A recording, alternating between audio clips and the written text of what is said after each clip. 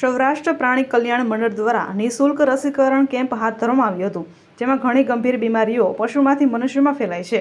વિશ્વ આરોગ્ય સંસ્થા અનુસાર જે બીમારીઓ જાનવરમાંથી મનુષ્યમાં ફેલાય છે તેને ઝૂનોટિક રોગ કહેવામાં આવે છે.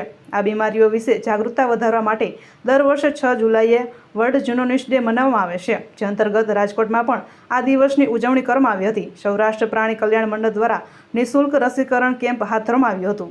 આપનું નામ અને doctor Arvind B Gadara, veterinary officer, BVSC and H. આજનો શું કાર્ય? આજે જનરલી વર્લ્ડ ઝૂનોસિસ ડે તરીકે ઉજવણી કરવામાં આવે છે. ઝૂનોસિસ મીન્સ કે કોઈ બી ડિઝીઝ હોય જે એનિમલના ડિઝીઝ માણસોમાં ટ્રાન્સમિટ થતા હોય, માણસોના ડિઝીઝ એનિમલમાં ટ્રાન્સમિટ થતા હોય, એને રોકવા માટે, માણસોની જાગૃતિ માટે વર્લ્ડ ઝૂનોસિસ ડે ઉજવવામાં આવે છે. રાજકોટમાં કઈ રીતનું કાર્ય છે? રાજકોટમાં બધા ટ્રસ્ટવાળા, NGOવાળા હોય છે, એ લોકો એ રીતે પ્રિવેન્શન માટે આજે કેમ્પ ઉજવણી કરતા હોય છે કે જેમાં એ લોકોને એનિમલનું સમજાવવામાં આવે કે ભાઈ કઈ રીતે એનિમલનો ડિઝીઝ એમાં ટ્રાન્સમિટ થતા હોય છે, તો એને કઈ રીતે વેક્સિન આપવું, કઈ રીતે એને જાળવણી કરવી, બધું નોલેજ આપવામાં આવતું હોય છે.